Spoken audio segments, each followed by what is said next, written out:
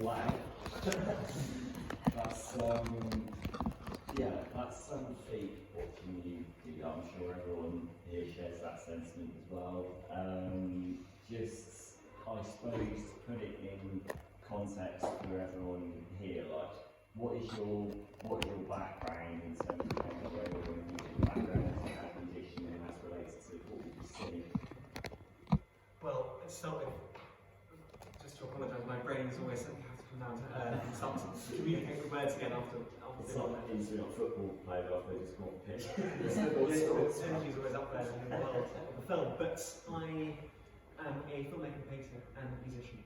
And it seems very unpopular these days to say that you can do all of these different kind of things, but I think that it's very important that each of these things speak to one another and that we can understand other better within these spaces. And I think particularly over the last 2 years or so, presenting live improvised scores to silent films, mostly on solo viola, sometimes with the incorporation of prepared piano and percussion, I have found that it's been a really wonderful way to find the audience of these films, present something new that's not to kind of grab hold of and say this is the definitive version, because to give a bit of background to silent film scores, of course there's a culture of playing with a keyboard alongside them, there's the culture of organists playing alongside them, and also there were orchestras playing live for some of these films in their early days. You have with the German cinema, Fritz Lang, for example, with Metropolis and DVD Blooming, had a score commissioned for these works, and they were performed alongside it live, and the music is good and is of the time.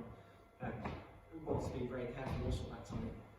But many of these films also didn't have scores written for them. And I think now that the amazing thing about watching them is that no one on screen is still alive. And it almost feels morally wrong to impose anything onto what's there. So improvisation provides a space in which to kind of imagine within that, and to bring cinema back into the space of event making, which I think is particularly important now. I mean, we saw last summer with things like Barbenheimer, how important it is to have some kind of presentation of a film. It's a special thing to go and see a film with a group of people outside your own home. And I think live improvised scores to silent films whereby nothing's written down can do that. But lots of threads thrown out there. But to give just a very short backstory of how I started doing this, I was making a film at the Prince Charles Cinema in London Leicester Square, and I mentioned that I'd done this a bit in where I was based at that time in Oxford, and they said, we used to have this programme, we haven't done this for a long time, would you be interested? And then we built up a really wonderful relationship where they've been very open to delve into what my focus has been, which is German expressionist cinema. So keeping this very much, it's currently only a Bath-related pursuit, it's actually going to become a London-related pursuit, but my focus has been German Austrian cinema from the 1920s. So Keaton started here. Keeping this up here, the Genesis was here. Because what we've just seen is very interesting, because in the modern age we get very used to film music being almost invisible. I think it's almost encouraged to be an invisible presence in contemporary cinema, whereas what you perform there reminds us of what soundtrack music used to be back in the silent age, which is it's not invisible. It's very much visible in front of audiences, and it is an active participant. Your attention is being drawn to the mechanics of what is going on in terms of the music. And I wondered, like, what does that mean for you as a musician when you're able to do that?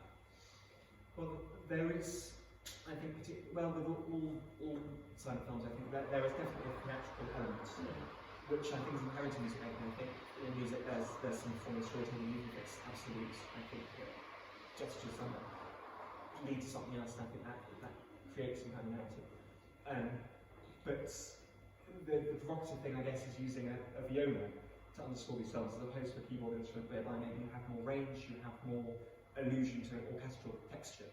And I am technically a violinist. I never taught how to play the viola. I started violin when I was 4, the same. And I'd always explored improvisation as a space outside of all the technical craft of being told what to do and how to do it. And then at some point I needed to play viola in quartet, and so I picked it up, and then it became a friend because it was a space outside of the very heavily taught and detailed violin playing. It's much more closer to kind of expressive painting for me. But in relation to silent film, I think it has the range, it has this incredibly low textured, almost kind of muscular texture on the lower strings, but then also on the upper strings it has this amazing lyrical capacity. And so it has this ability to kind of switch between being a bass instrument and being a treble instrument. And I think also its placement within a classical ensemble, because the viola is normally in the middle, it gets all the best music. And if you think about where this music for this instrument came from, Haydn and Mozart were both viola players. They would exchange playing violin and viola when they were playing string quartets. And so it has a very conversational role, and it's reacting to what's around it.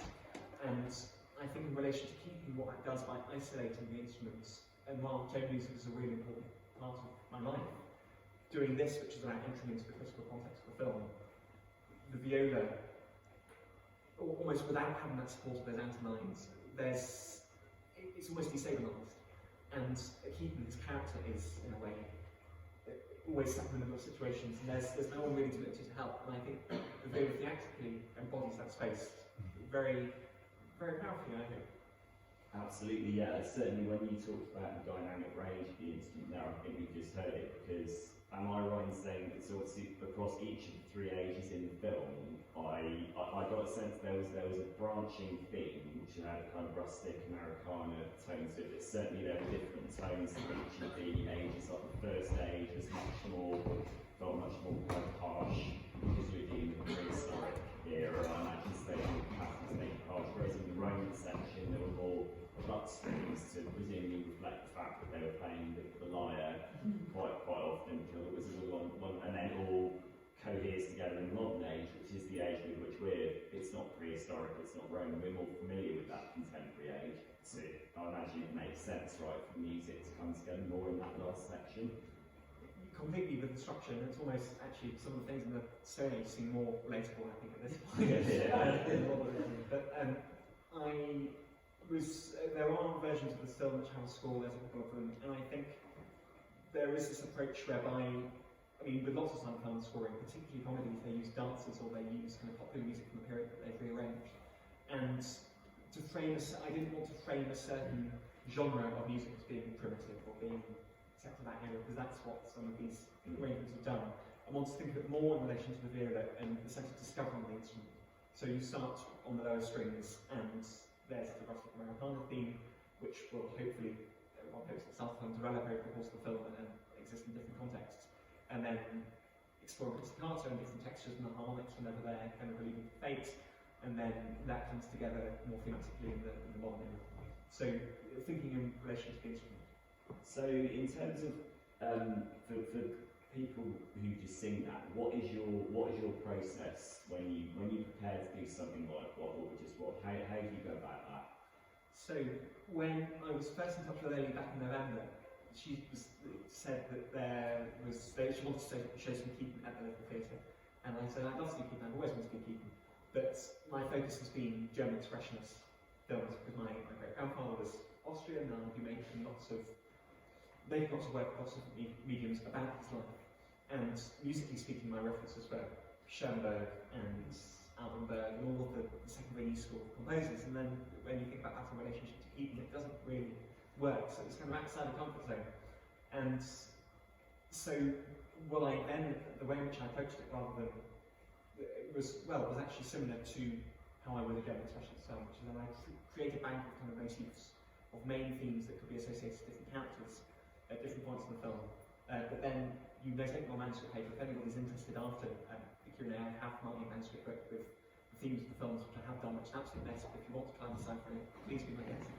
And just play around with it. And then you have many different things, you incorporate them into practice. Most of the practice is still working on solo Bach or viola, or working on romantic repertoire. So it's just about feeling them in and they percolate in the brains, alongside watching the film most days sped up, so you just remember the order of things. I used to do it completely blind, having not seen the film in a while, but I think it's nice to look at the film for that period of time. It's nice, this film, and also the lighter comedy as opposed to the dark German expression films, to really spend time with them and get to know them well. Well, because I suppose, again, for the purposes of people here, what you would ordinarily get with a contemporary film score is you get a track, you get composer will time the creation of the score to certain clicks to get the rhythm, whereas there it was almost like you were using almost like internal clicks. There was no external technology to show you where to hit those specific beats, where to hit those it's almost like what we're seeing something playing out in front of us that's organic. Evidently, it's very carefully planned. Well, it isn't. I think that still doing this, you need to be as surprised by the events of the narrative as the characters on the screen. Yeah. So it's your distance from it, and I think everything should be done in service of it. And that's what I like about it, is that it's kind of your in service of this thing which exists in the same way that you would be a score of music that you're reading that's existed for hundreds of years. But I think to be as surprised by anything that happens, and that has its own theatre and confusion about it, which I think lends itself to the overall effect. Because what you're getting is you're getting a broad canvas of music that speaks to each of the three periods, yet you have to be very specific. You have to hit those key points, like those moments of physical comedy when someone gets hit over the head, when someone falls over, and you hear everyone laughing and nodding out, which shows the power of music and accentuating comedy, which I think has always been a really interesting thing. But is it really good fun when you nail those moments, particularly those physical comedies? How fun is that? It's quite fun.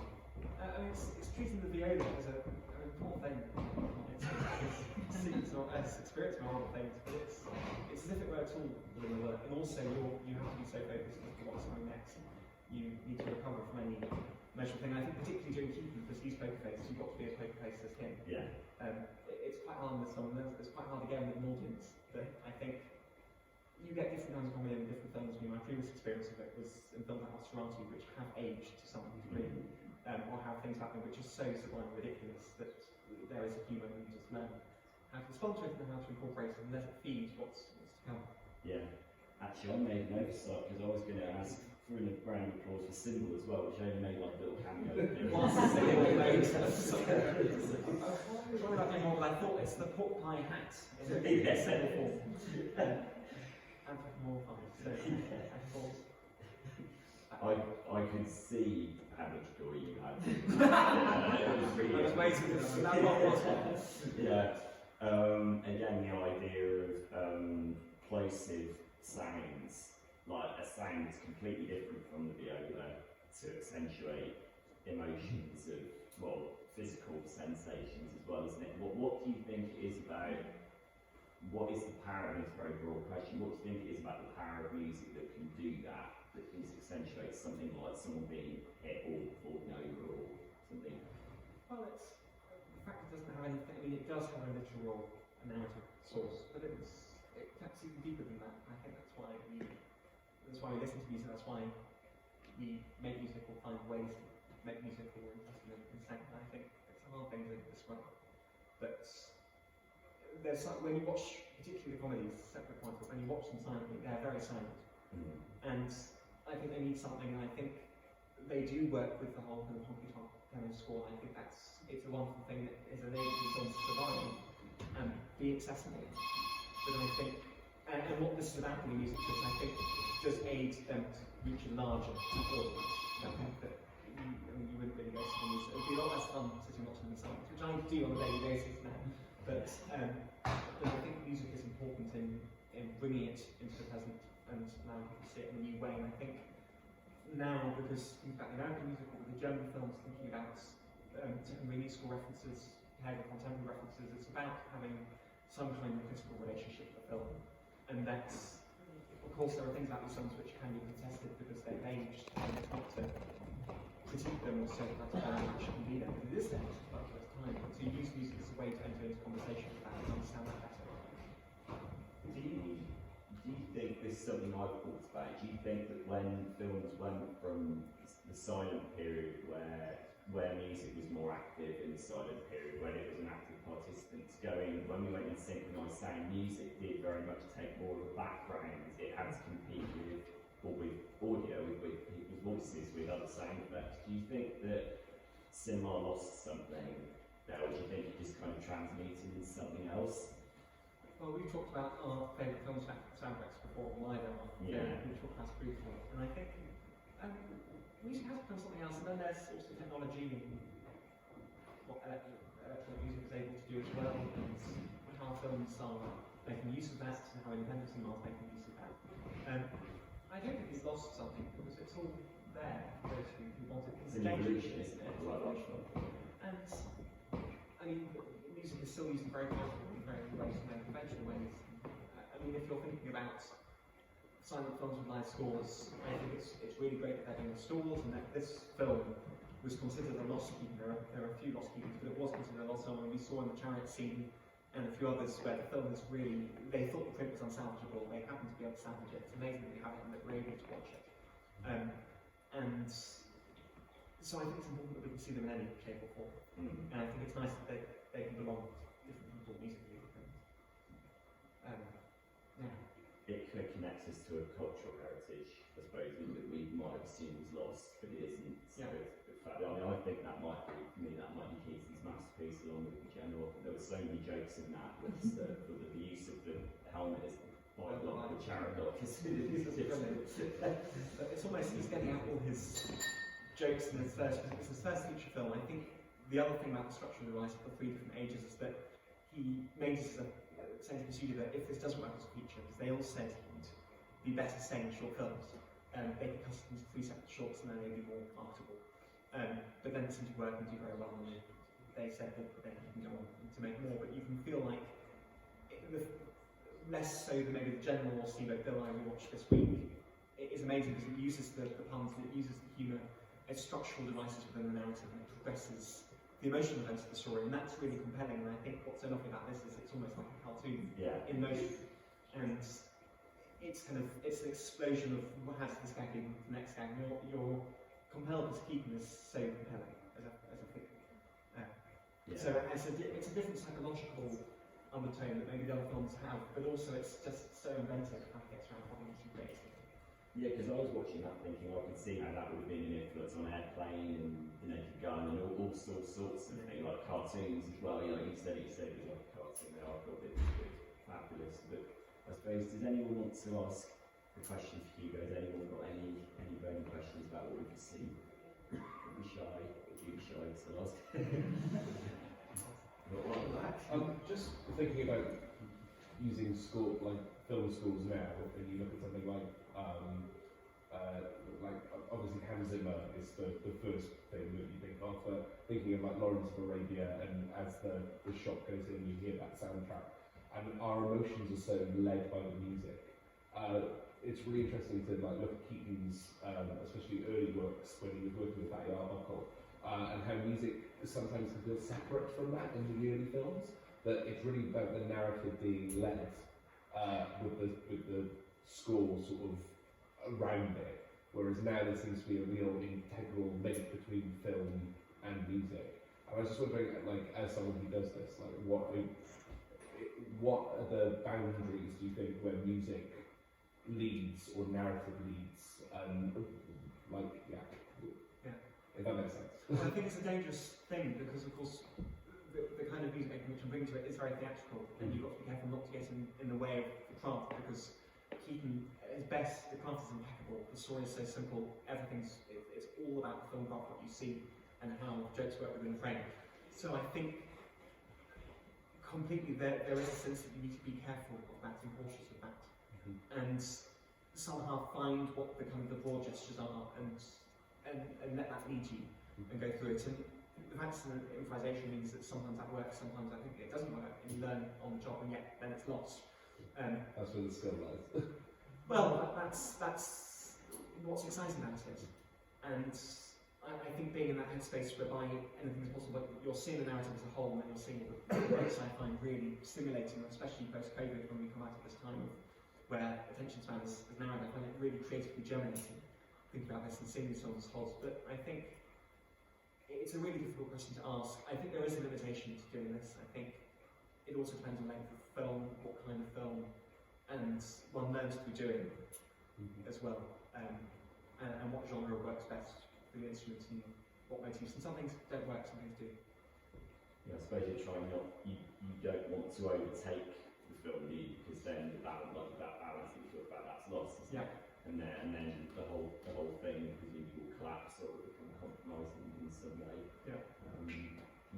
Does anyone else got any questions?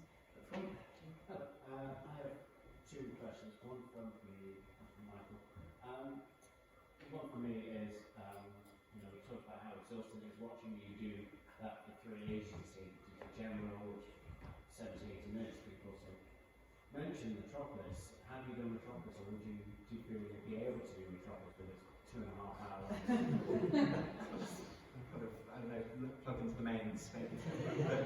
Big intermission. A big intermission.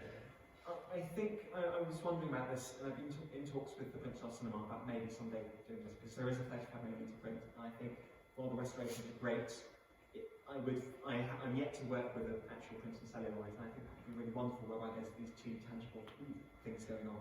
So hopefully one day we'll see the plan. That's kind of yes. With the benefit of 35mm being a shortened version with more missing scenes. The British are more scenes cut. Yeah. And Michael simply asks, how did you get to be so good at this? Good question.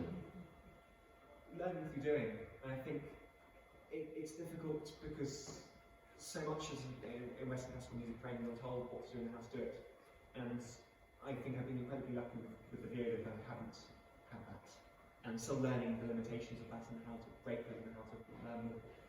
But I think things have changed a lot since my first shows. So I started off doing lots of shows in Nosferatu, and I got to know them incredibly well. And each time is different, and depends on audience, depends who's there, depends on what the film means to you. So you never know what's going to happen each time, and things that you might have planned for ages and think, oh, I really want to do that, don't like it at all, and you discover something else.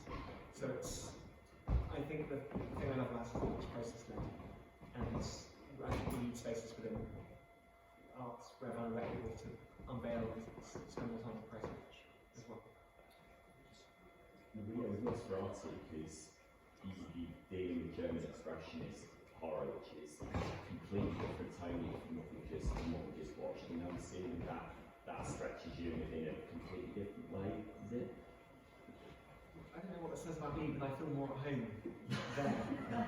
And, or at least both because of reasons like ethnic origin and also culturally and the kind of arts that I was very lucky to be brought up on, paintings-wise, with Kokoschka and Schuler and what that led to with people like Frank Haubeck and then. And I think, so again, it involves all these different languages of image making and music making. So it is a completely different experience, and maybe it allows the grotesque elements of the instrument to be explored more, which I really enjoy, and I think can be both tender and vile and exciting. Is the viola unique in being able to be stretched to that extent? Can you really get a lot out of it? I'm sure, well, I just think that the violin doesn't have the bass next to the viola. The viola has that, and it has the ability to have high register. There's a much richer sound, just because it's bigger and it's lower. And I mean, thinking back to Mozart and Haydn and the wider viola, and Mozart's Sinfonia Constante, whereby he's reckoning the relationship between the violin and the viola. It's this concerto for both of these instruments. And Mozart's really exploring structurally and musically how they differ from each other. And so I think the viola is unique in that respect. And there's a lot more exploring to be done with how this might work. And I didn't start by advising the silent film, I started separate to silent film and it became silent film, so who knows where it could go next. Where it's going to go next. So, I suppose we've got time for